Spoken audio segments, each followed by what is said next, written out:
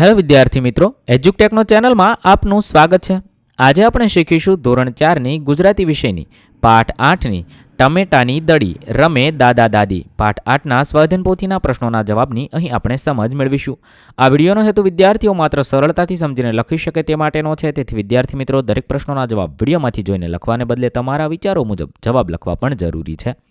તો ચાલો શીખીએ પાઠ 8 ટમેટાની દડી રમે દાદા દાદી ના પ્રશ્નોના જવાબની સમજ।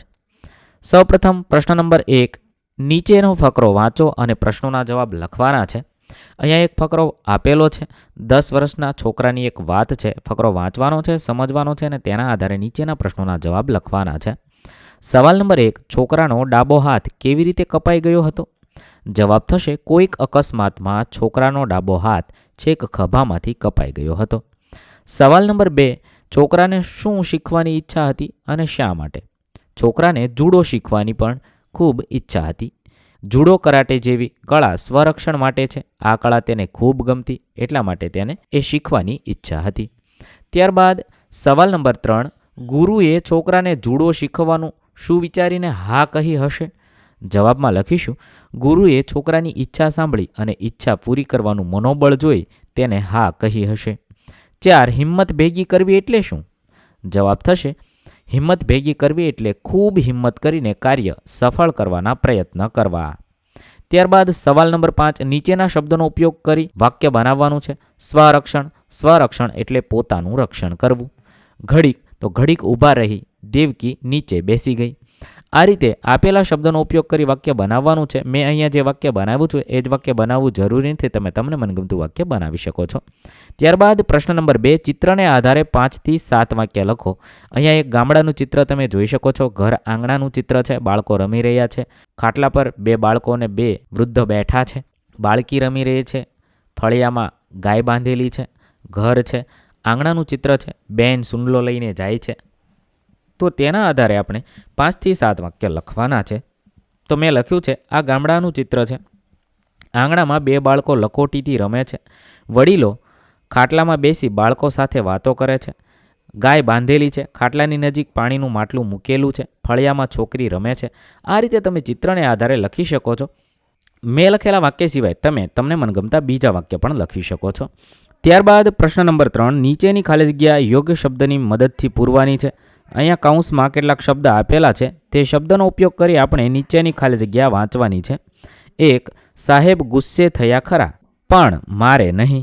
2, આજે જન્માષ્ટમી છે એટલે પંજરીનો પ્રસાદ મળશે। 3, મહેશ અને રોનક ખેતરના શેઢે ફરી રહ્યા છે। 4, ગાય રાતી છે પરંતુ તેનું વાછરડું ધોળું છે। 5, દૂરબીનથી દૂરનું સ્પષ્ટ દેખાય છે કારણ કે તેમાં વિવિધ પ્રકારની કાચની વ્યવસ્થા હોય છે। ત્યારબાદ પ્રશ્ન નંબર 4, કવિતાના શબ્દોનો ઉપયોગ કરી વાક્ય બનાવવાનું છે। ટમેટું, કહે ટમેટું મને ફ્રીજમાં બહુ લાગે છે ઠંડી। ફ્રીજ, મને ફ્રીજમાં બહુ ઠંડી લાગે છે। દરવાજો, ત્યાં દરવાજો ખુલ્યો। અડકો દડકો, ટમેટાને ડાળ પર અડકો દડકો રમવા મળતું। બરફ, અહીં તો બસ છે ઠંડી ઠંડી અને બરફના ગામ। સૂરજ, બારીમાંથી સૂરજ જોયો। ખુશી, નથી ખુશીનો પાર। તડકો, કહે ટમેટા રાજા પહેરો મીઠો મીઠો તડકો। આ રીતે આપણે કવિતાના શબ્દને આધારે આપણે વાક્ય બનાવી લખવાના છે। ત્યારબાદ પ્રશ્ન નંબર 5 છે, નીચેનો ફકરો વાંચો અને સાચા વાક્ય સામે હાજી હા અને ખોટા સામે નાજી ના લખવાનું છે। અહીંયા છે એક ફકરો આપેલો છે, સબરસ એટલે મીઠા વિશે છે, તે વાંચવાનો છે, સમજવાનો છે અને તેના આધારે નીચેના પ્રશ્નોના જવાબ લખવાના છે। જો સાચા હોય તો હાજી હા, ખોટા હોય તો નાજી ના। 1, સબરસ એટલે મીઠું, તો હાજી હા। 2, દરિયાનું પાણી મીઠું હોય છે, તો નાજી ના। 3, અગરિયા જુવાર પકવે છે, તો નાજી ના। 4, ક્યારીઓમાં ભરેલા સમુદ્રના પાણીને તડકામાં સૂકવવામાં આવે છે, તો હાજી હા। 5, ચિત્રમાં મીઠાની ઢગલીઓ દેખાય છે, તો હાજી હા। આવી રીતે આપણે ફકરાને આધારે પ્રશ્નોના જવાબ લખવાના છે। ત્યારબાદ પ્રશ્ન નંબર 6, આપેલી માહિતીના આધારે તમને ગમતી રમત વિશે લખવાનું છે। અહીંયા રમતના નામ વિશે, ખેલાડીઓ વિશે, ક્યાં રમી શકાય એ બધી છે। મેં અહીંયા એક રમત વિશે લખ્યું છે, તમારે તમને મનગમતી કોઈ પણ રમત વિશે તમે લખી શકો છો। મેં લખેલી રમત વિશે જ લખવું જરૂરી નથી। રમતનું નામ છે ઈંડાચોર। કેટલા ખેલાડીઓ રમે, તો 5। ક્યાં ક્યાં રમી શકાય, ઘરની બહાર રમી શકાય, મેદાનમાં રમી શકાય। આ રમત કેવી રીતે રમાય, તો મેદાન દોરી 5 ખેલાડીઓ વચ્ચે આ રમત રમાય છે. તમે આ રમત શા માટે ગમે છે? તો આ રમતમાં દાવ લેનાર ખેલાડીની નજર ચૂકવી વચ્ચેથી ઈંડા સ્વરૂપે પડેલા પથ્થર ચોરવાની બહુ મજા આવે છે, એટલા માટે. પછી બધા ખેલાડીઓ કોઈ એક ખેલાડીના ઘરે ભેગા થાય છે અને છેલ્લે છૂટા પડી પોતપોતાના ઘરમાં ભેગા થાય છે. ત્યારે દોડી આઉટ થતાં બચવાની ખૂબ જ મજા પડે છે. આવી રીતે તમે જે રમત લખી હોય તેના વિશે તમારે લખવાનું છે. ત્યારબાદ પ્રશ્ન નંબર 7, નીચેના વાક્યોમાં શબ્દોના બદલાઈ ગયેલા ક્રમ ગોઠવી વાક્ય ફરીથી લખવાના છે. અહીંયા આડાઅવળા શબ્દ છે, તેને ગોઠવીને વાક્ય બનાવી લખવાનું છે. પહેલું વાક્ય બનશે, આપણું પાલતુ પ્રાણી ગાય દૂધ આપે છે.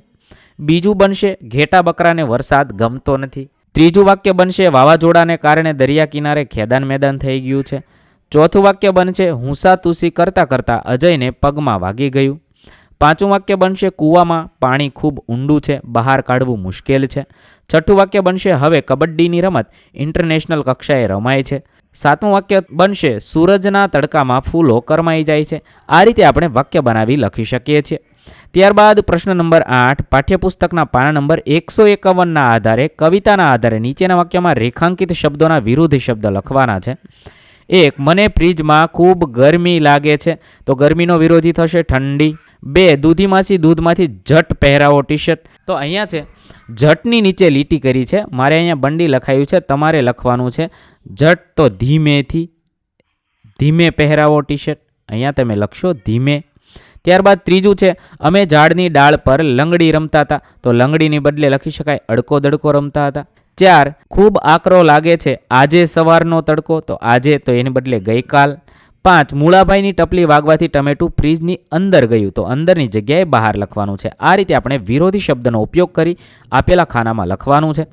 ત્યારબાદ પ્રશ્ન નંબર 9, નીચેના શબ્દોના સમાનાર્થી શબ્દ આપી વાક્ય પ્રયોગ કરવાના છે. પહેલું છે મિત્ર, તો ભાઈબંધ અથવા દોસ્ત.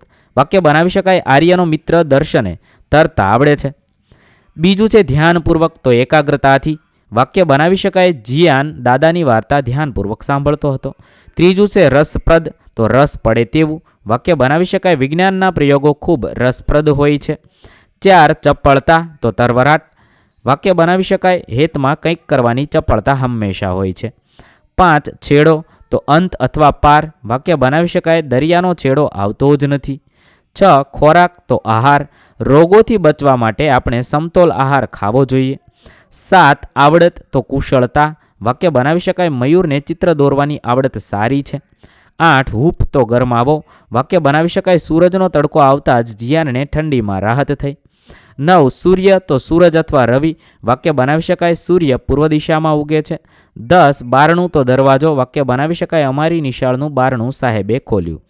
આવી રીતે તમે આપેલા પ્રશ્નોના જવાબ લખી શકો છો. વિદ્યાર્થી મિત્રો, ધોરણ 4ની સ્વાધ્યાયન પોથીના તમામ પ્રશ્નોના જવાબના વિડીયો આપણી ચેનલ પર ઉપલબ્ધ છે, જે તમે ધોરણ 4 ગુજરાતી સ્વાધ્યાયન પોથી નામના પ્લેલિસ્ટમાંથી મેળવી શકો છો. પ્લેલિસ્ટની લિંક વિડીયોના ડિસ્ક્રિપ્શનમાં આપેલી છે.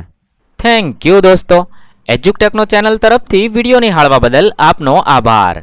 આવા બીજા વિડીયોઝ નિહાળવા માટે અમારી યુટ્યુબ ચેનલ એજ્યુકટેકનો અત્યારે જ સબસ્ક્રાઇબ કરો. આભાર દોસ્તો.